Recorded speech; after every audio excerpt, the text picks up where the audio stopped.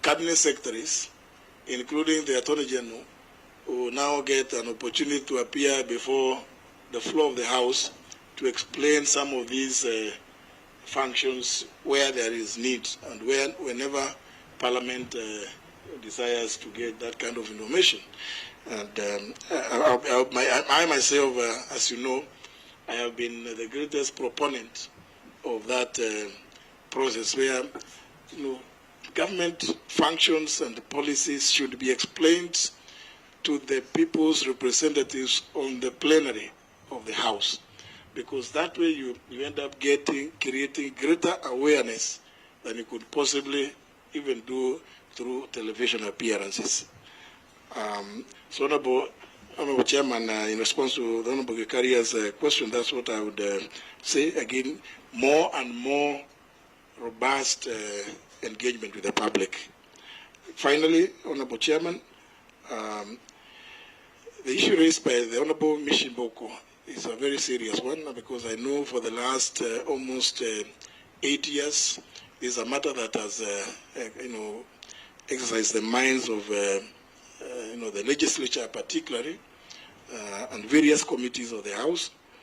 But I think if we implemented an integrated management system, legal management system of the magnitude of IFMIS, it means that anything happening in the smallest unit of government will have a way of getting to the Attorney General up in issue before action is taken, to avoid, and if indeed Parliament were to help the Attorney General's office to achieve this, it would be an extremely important achievement, because one, we will be in a way able to tame some of those underhand dealings that happen in ministries, and only later to end up in the courts, government being sued, and in situations like the one the Honorable Mishi raised, threats being made by outside bodies. Thank you, Mr. Chairman. Owen, Bayer.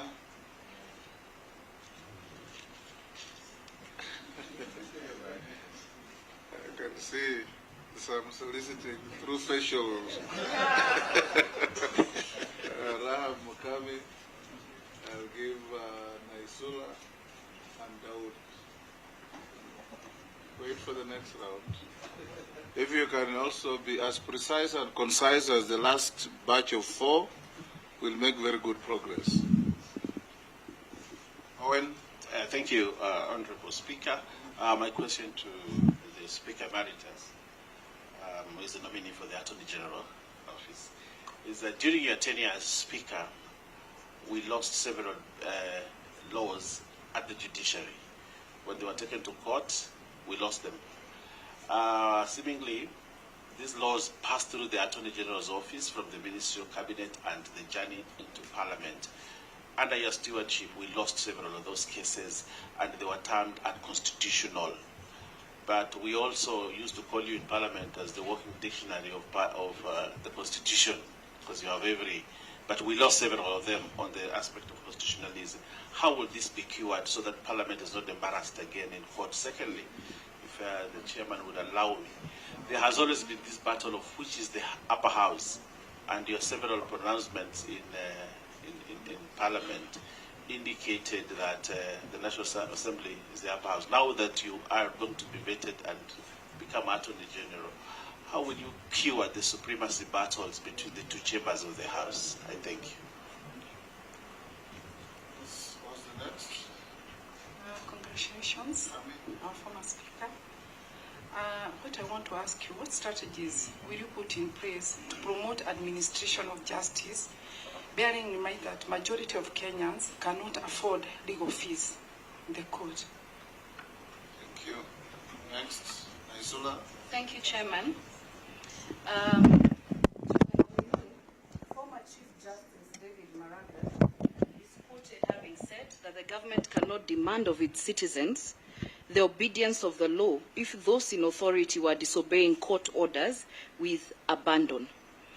As a departure from past practice, the Kenya Kwanza administration pledged to obey all court orders.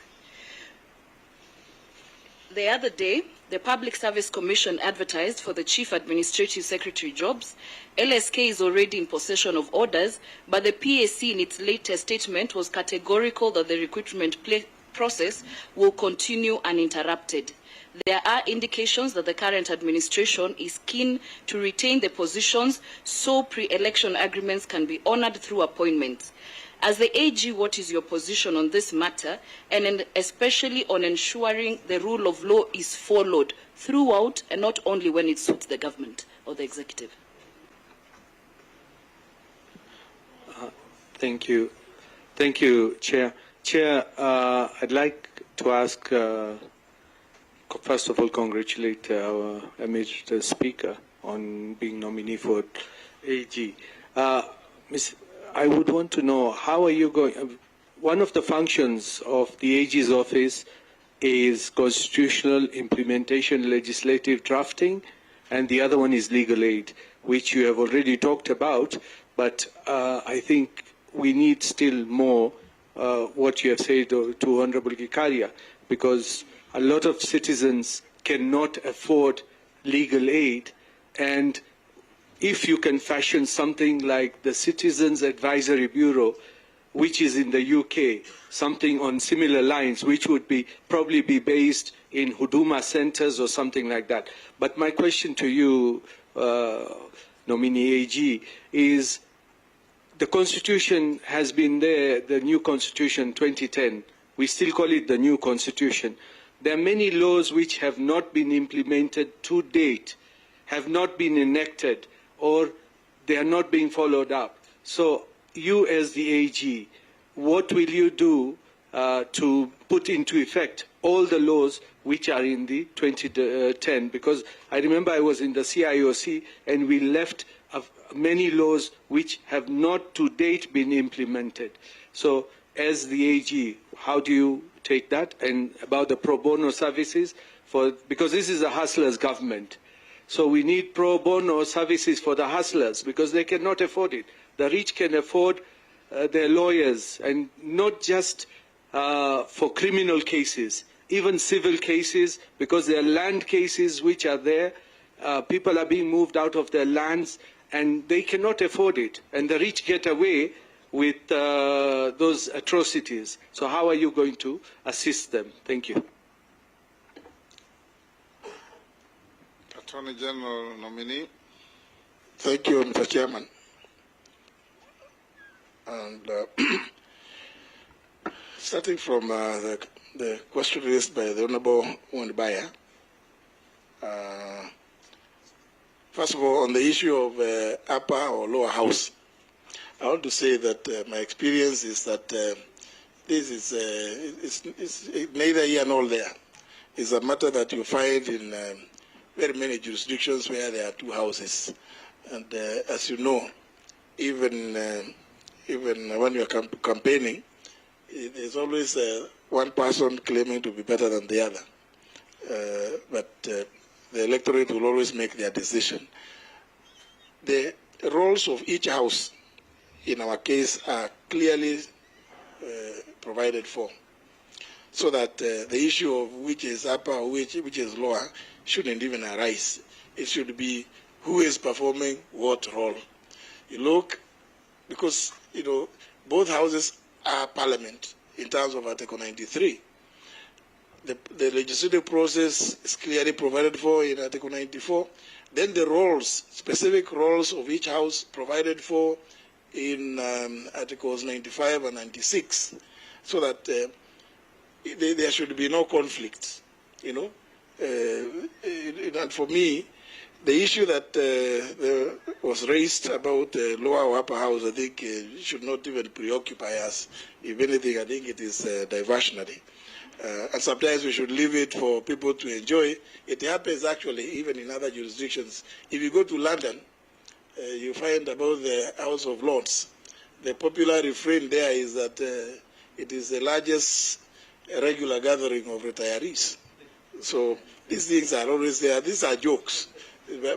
But when you check how the two houses operate and relate to one another. There's a lot of difference. So because everybody knows their specific area of operation. With regard to laws, let me say that there have been a few laws that have been part of them annulled. But really, the House's function is to make a law. It is the function of the judiciary to interpret. And I think we should not even feel unhappy, because remember, you have played your part. You let the judiciary go and play theirs to do interpretation. The area where there was some little bit of contention was with regard to the application of the provisions of Article 110.3, with regard to, and the specific provision is actually quite testing, and I think it's a matter that and I don't want to go into a lot of details because, as you know, there's a matter pending before the Supreme Court, and maybe it would be a bit unfair for me to go into a lot of details. But you just need to look at the specific wording of Article 110, Clause 3, and see it creates there's some gray areas, because it says before any House of Parliament considers any bill, the two speakers of the National Assembly and the Senate shall resolve any question as to whether, one, it's a bill concerning counties, two, if it is, whether it's an ordinary bill or a special bill. So it's a matter that there's been some contention there, because when is a bill considered? Is it when it is published? Is it when it is read for the first time? Or is it when it is coming for second reading during debate? So I think that's a matter that I think it's only fair that we leave that to the judiciary to advise all of us, even though we also have a duty and obligation to interpret the Constitution, but the final arbiter must at all times remain the judiciary. The Honorable Mukami, yes, I agree with you that court fees are quite high, but remember now we are in a free market economy, and I sympathize with the situation whereby many of our people cannot afford the legal fees charged by our lawyers. But also, on the other hand, it is an truism that which we cannot escape, that whatever it is that the Attorney General's office can be given to address this issue, it's only so much. And again, it comes from the National Assembly to decide how much you would want to give to the office of the Attorney General to pay for this.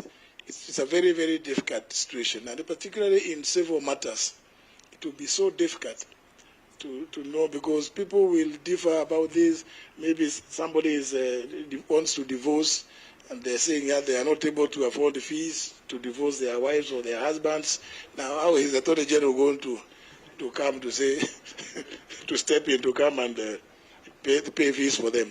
It's one of those things that it's like the chicken and egg situation. One, it's an issue that we sympathize with, that fees are quite high, but inappropriate public interest litigation, as you all know, courts, there are no fees charged. The Honorable Lesunda, Mr. Chairman, has asked a very interesting question about obedience of court orders. What I know is that there is a pending matter in the Court of Appeal on this issue of that same matter that the Public Service Commission is undertaking. There was a judgment by the High Court in that original matter, but there was an appeal filed, and in that appeal there was some conservatory orders that were issued, which the current administration felt should not be the situation, decided to follow the Constitution, because Article 132, Clause 4 permits the President to establish any office in the public service and make appointments thereto on the recommendations of the Public Service Commission. The issue which was raised in the earlier case was that there had not been public participation before the establishment of the office of Chief Administrative Secretary. So the current administration felt that they wanted the PSC to involve the public and advise the president. I'm not able at this point to know whether the advice has come from the PSC to the president. But so I can only comment to the extent that I am aware that, and I think almost everybody here knows that the Public Service Commission advertised for, to the public, for people to send views on the suitability or otherwise of the creation of the office of Chief Administrative Secretary. I believe there have been quite a number of views, representations made to the PSC, the results of which are not, they are not with me, since I'm merely a nominee, and I'm not supposed to know what it is that happened. And in any event, they were supposed to advise, as per the Constitution, the President. They are not, even in doing that, required. If you look at the specific provision, they are not even required to engage or involve the Attorney General in that matter, because it's up to them, once they have received views, to present to the President their recommendations. Finally, but therefore, let me just say this. I intend to advise the entire government that, the three arms of government, and indeed even the devolved units, yes, there is the principle of separation of powers, which is important in our constitutional architecture, but there is also need for each to respect the others. When Parliament makes a decision, the executive should respect that decision, and so the same should apply to judgments that have been given by courts. If there have not been any appeals, or even if there are appeals, they should be obeyed to the extent that an appeal has not invalidated the orders that may have been made. Finally, Mr. Chairman, there is the question raised by the Honorable Dawood, part of which is about on this issue of legal aid. See, legal aid must be understood to not just be limited to pro bono services. The Office of the Attorney General doesn't have the personnel, and I think will never have the personnel enough to give pro bono services to every citizen. The best that the office can do is to just give general information. And my position is, once we are able to roll out the services of the Office of the Attorney General to every of our counties, because currently we are only in 13, and that leaves quite some big part of the country without the services of the Attorney General. We can only do so much, because we are limited both to both space, resources, both the human and financial. In several cases, like I said earlier on, it becomes very, very difficult for the Office of the Attorney General to really give free representation to citizens, because the range of disputes in civil matters is so wide. The Office of the Attorney General cannot possibly contemplate what is likely. Somebody will be saying this from Garissa, another one from Migori will be suing another one, and it's not possible.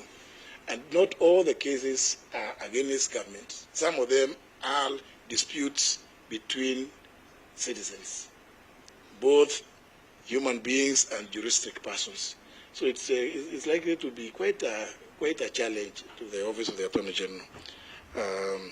With regard to cases, the number of laws that have not been implemented or passed. Mr. Chairman, the challenge goes back to Parliament, because if you look at, although I can say here authoritatively, if you look to the 5th schedule, all the laws that were supposed to have been enacted by the last 2 parliaments, in fact 3 parliaments, have all been enacted.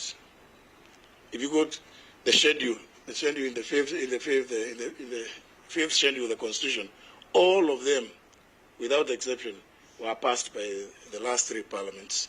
So there isn't any that one can say has not been passed. I'm also, I can also say authoritatively that there are several others which were not in the 5th schedule, which, through efforts of individual members, have also been enacted. I know that Parliament was supposed to enact legislation to give effect to Article 100, and I'm aware that the last Parliament, I think the National Assembly had already done their bit and referred the bill to the Senate. Well, this is a new Parliament. I think that can be, the matter can be reopened. But I think I would want to enlist the help of the National Assembly in particular in combing through the Constitution and seeing which other areas of our Constitution may require legislative interventions, so that working together we can do it for the benefit of the people of Kenya. Thank you very much, Mr. Chairman. Jonette.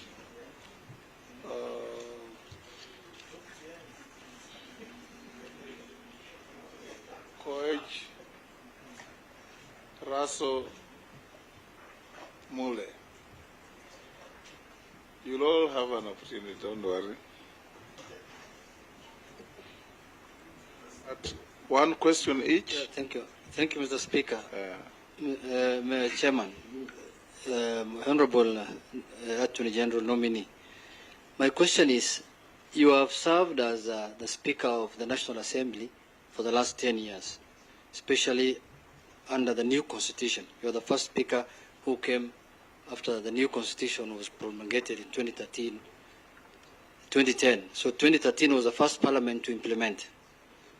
And as you are aware, the biggest problem with following the law, the Constitution, is normally with the executive. And for that matter, they will want to interfere with other institutions and other arms of government, like judiciary and parliament. What is your experience as a speaker for 10 years? Was there a lot of interference from the executive? And as now somebody is sitting as the Attorney General, what will you advise the government on how they should not interfere or not to deal with other arms of government? And also the issue of how do you intend to make sure the country is run by the rule of law and constitutionalism? That the executive is the one that normally has a problem with the law, as I've told you. So how will you make sure that they follow constitutionalism? An example, a point in case, as late as yesterday, is that the Constitution says, and I'm happy, that's what the new government wants to implement. They were making the police service to be very independent and making the Attorney General, the IG, have financial independence and those things. But yesterday, I came across an incident, Article 245. It says that the minister in charge of police can give police orders in terms of policy issues. But no any other person can give the police instructions on what to do. But the president gave them instructions yesterday to disband a unit of the DCI. Is that constitutionalism, Mr. Attorney General?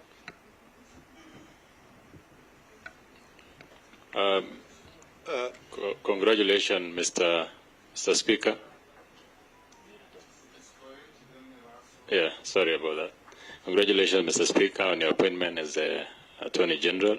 One is the courts ruled on the CDF, Constitutional Development Fund. Up to now, there has not been disbursement, even emergency. What is your interpretation on the ruling? And going forward, then, what will you, how will you guide the government? Thank you. Thank you very much, Mr. Speaker. Honorable JB, congratulations on your nomination.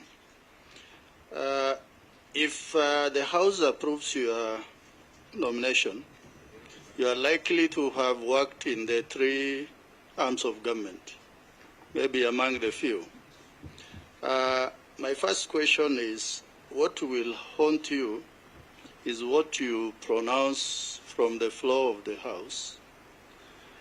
Why the executive must respect the summons by Parliament. And you kept on saying severally.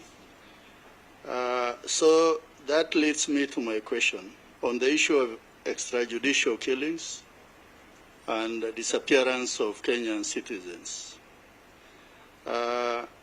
This in itself is violation of human rights and the Constitution also. What are we likely to see under your watch as the state legal advisor? Thank you, Chair. Mule. Thank you very much. I want to say congratulations to Honorable Muturi. We have worked closely together on the TB caucus for 10 years. Mine is on two fundamental issues which lies with the Office of the Attorney General. That is the international agreement and the cases which are likely to bear direction from your office as the Attorney General, whereby we look at the case whereby Kenya lost to ICC on the Mediterranean border with Somalia. And do you intend to appeal or advise the government of the day on how best to resolve that dispute instead of going full throttle to claim the good stature? The second one is the issue of Migingo, which lies in that preview of the international borders of Kenya, whereby Migingo has gone silently and we are not aware as Kenyans at the end. And on the agreements, as Attorney General, there are so many agreements which have been sent to the Attorney General. Some of them have not been effected, like the agreement for Qatar for building affordable housing, which has been lying there, and then it elapsed and we lost almost 5 billion shillings as a country. And also the agreement between Kenya and Britain regarding the issue of Tuk in Laikipia, which really affects the interests of Kenyans and the interests of our international relationship with Britain. As the Attorney General, and if we approve you, how are you going to deal with these issues which are clearly within your office and advise the government the best way possible?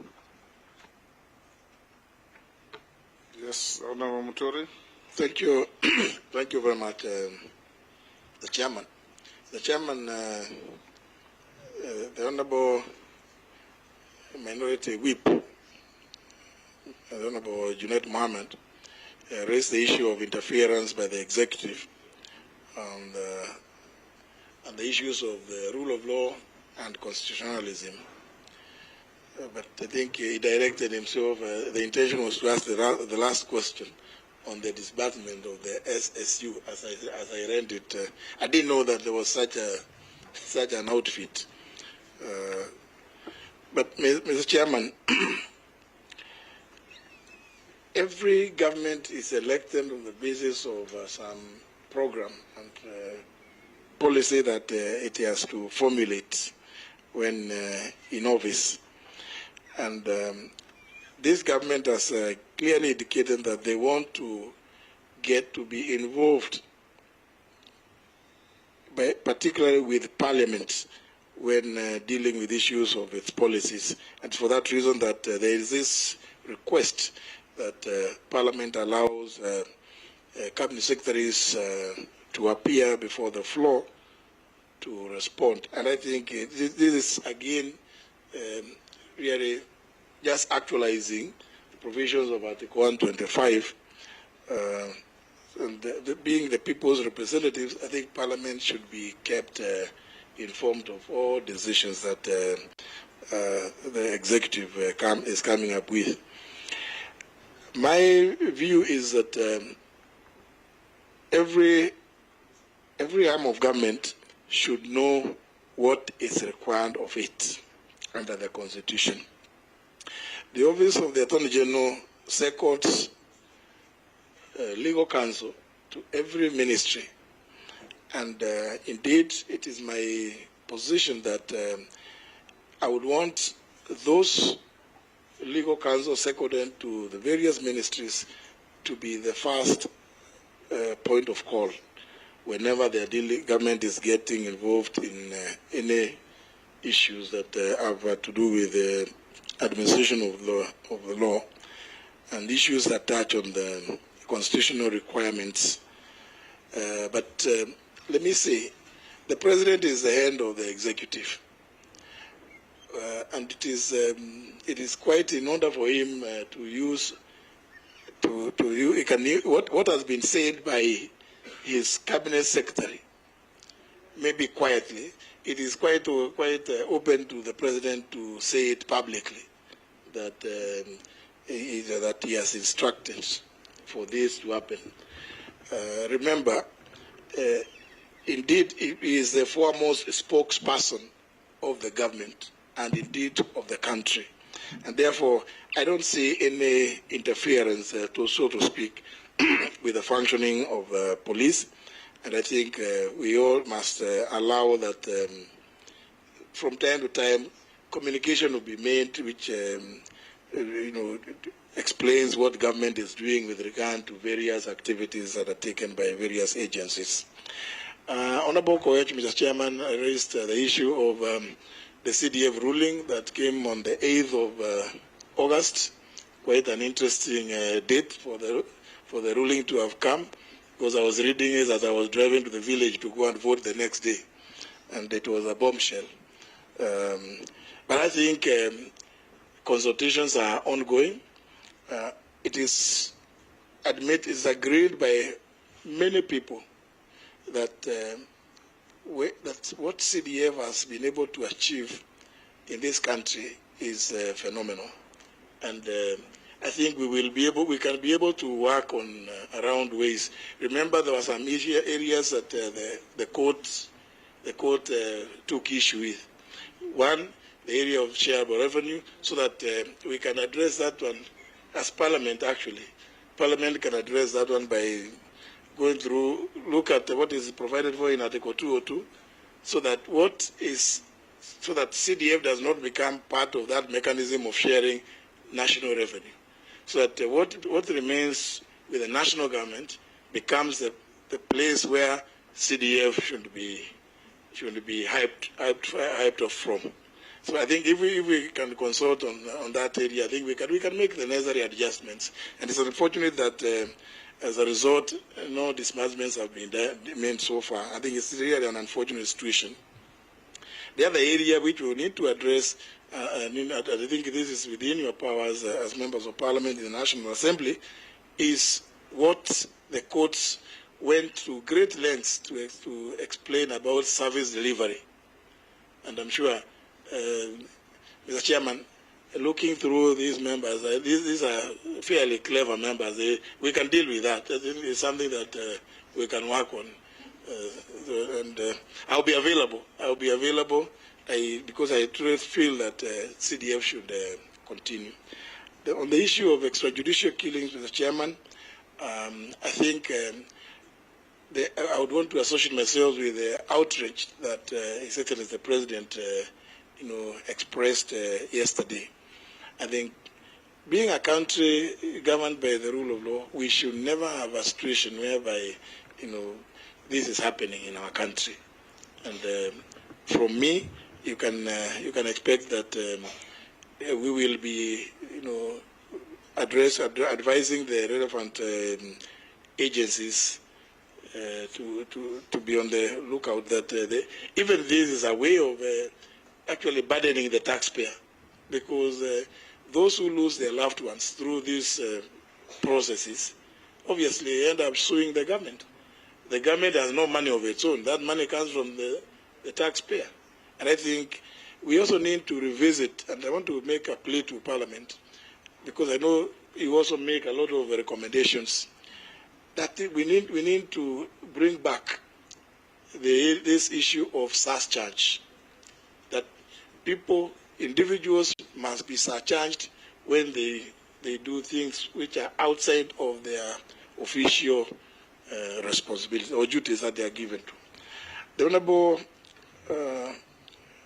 Mule, on the issue of international agreements, and I'm doing it very quickly, I will need to study the issue of the maritime dispute with Somalia, as well as the report that came from the committee that dealt with the issue of Migingo.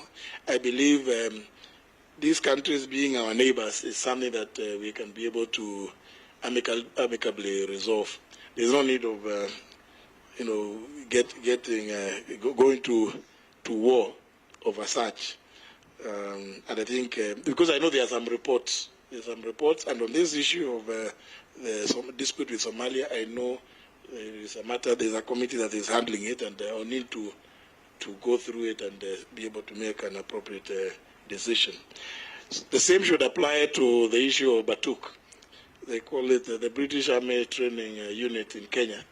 I think the last that I know of, and I think Mr. Chairman, here we are lucky that the Honorable Dido Raso was in that committee, and they know that they made some recommendations which were actually pending ratification by the House, but unfortunately the House went into Sine Die recess. So it was a matter that will be coming up to the House actually before for more ratifications. Yeah, thank you very much. Time is up, but there are members whom I can clear up with, Honorable Murugara, Posing, and Amisi. 1 minute each, please. Thank you, Mr. Chairman, for my 1 minute. Congratulations, nominee to the office of the Honorable Attorney General. My question is this. Of late, we've actually seen the office of the Attorney General almost being mutilated, such that most of the agencies have been taken away from there, and maybe that is the reason why everybody believes it's losing color. Initially, even at independence, it had possibly all the departments, including prosecution, it had possibly the judiciary, and many others. We've seen the Executive Order number 1, which now vests the liaison between Parliament on legislation in the office of the Prime Cabinet Secretary. We are also told that soon you'll be losing the Asset Recovery Unit, because they believe it should not be anchored in office, it should actually be with the anti-corruption. My question to you is, are there other areas you think we should be moving by way of legislation to bring back to your office, or even to add to your office, so that that color which is being lost is actually restored and your office goes back to where it used to be? Thank you. Thank you, Chair. Thank you, Chair. Huh? It was okay. It was Iman Masal. Okay. Yeah. Thank you, Chair, for this great opportunity, and congratulations, Honorable Speaker, for being nominated to the Office of the Attorney General. Chair, this is a very fundamental question, the nominee Speaker. It was asked by Honorable Bayer, but indifferently. Chair, you have been the Speaker.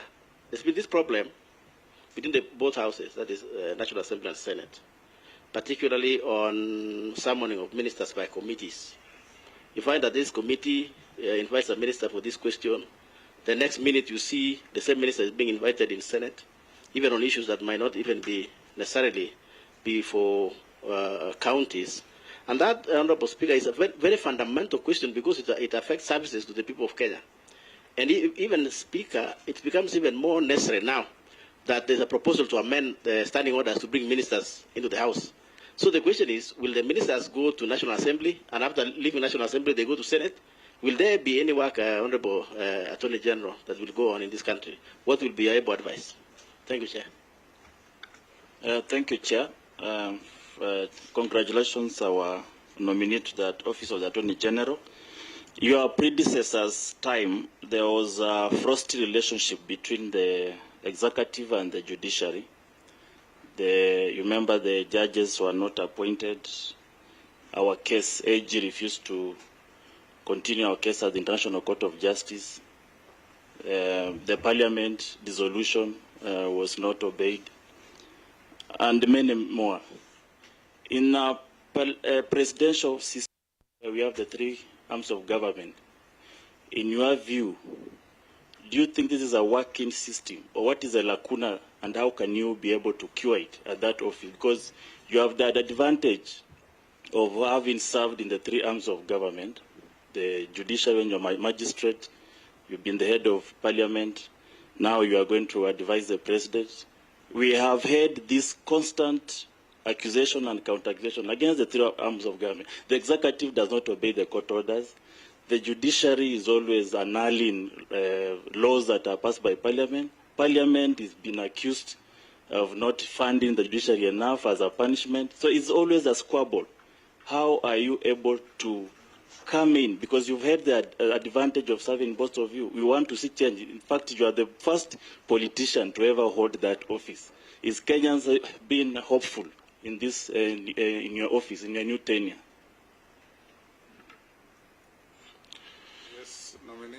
So I see we've run short of time, Mr. Chairman. I'll do very quickly. But, Mr.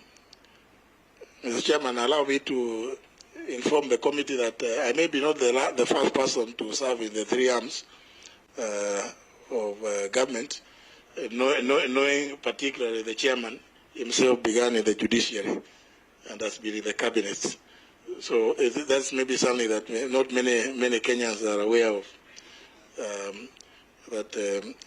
Yeah, I may not be the first one, but it's a good point. Let me go to the question by the Honorable Morugara, and it's a serious one. I don't think whether they really would be craving to have the judiciary being brought under the Attorney General. It suffices that the Attorney General is a member of the Judicial Service Commission, and from that position is able to advise on the issue of administration of justice. And also the fact that the Attorney General chairs the National Anti-Corruption Steering Campaign Steering Committee, which brings together the players in the justice sector, all of them, and without having to go to beginning to name all of them, that in itself places the office of the Attorney General in a very unique position to to run many of the functions that the AG's office is supposed to be. Law reform. Now, you've just talked about, the Honorable Murugara, Mr. Chairman, spoke about the asset recovery. Asset recovery is an agency that was created just the other day in 2009 when the Process of Crime and Anti-Money Laundering Act was enacted, and its operations placed under the Office of the Attorney General. Indeed, if you look at the Executive Order number 1, it is still there. It is still under the Office of the Attorney General. I don't think whether the Attorney General would want now to ask Parliament to bring more of this. But as you know, the responsibility to assign implementation of various laws is under the Constitution given to the President. And actually, some of it, like you may recall, when you enacted the Marriage Act the other day, you placed its administration under the Office of the Attorney General. Parliament actually did that, which is within its power to do. So I believe that what perhaps we need to do is to bring in policies that bring the Office of the Attorney General to its rightful place.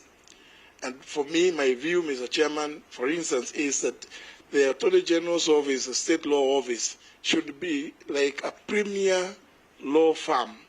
It should be the place where even citizens would feel, inspired to visit to seek legal advice.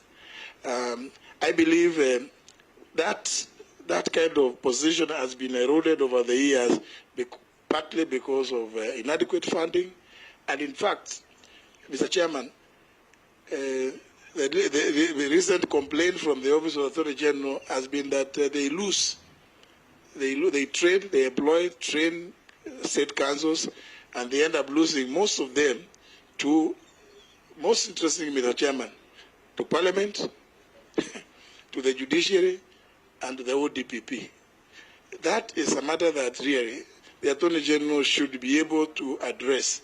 It cannot be accepted that people will move from the state law office to go and work in the judiciary merely because maybe the remuneration is better or the working conditions there is better, or go to the ODPP. But honourable members, because I will be making proposals on budgetary allocation, you just need to walk to that place. I have not been there, Mr. Chairman, for a long time, but when I went there, I wondered where it was that I was going to. Because it looked like it's a very small place, but it is a place where there is so much that touches on almost every arm of government. Yet it has not received the kind of requisite attention that is necessary to give it pride of place.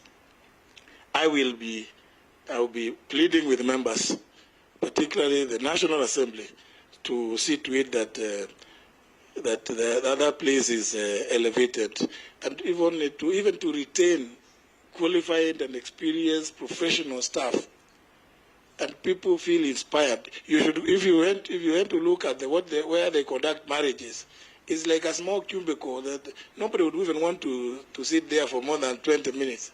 You feel that you might find the cockroaches around. It's very pathetic.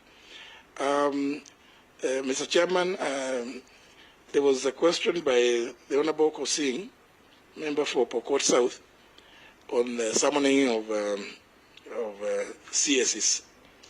I think there is no conflict, because Article 125 talks of either House of Parliament or its committees can summon any person to appear before it, to give information or evidence.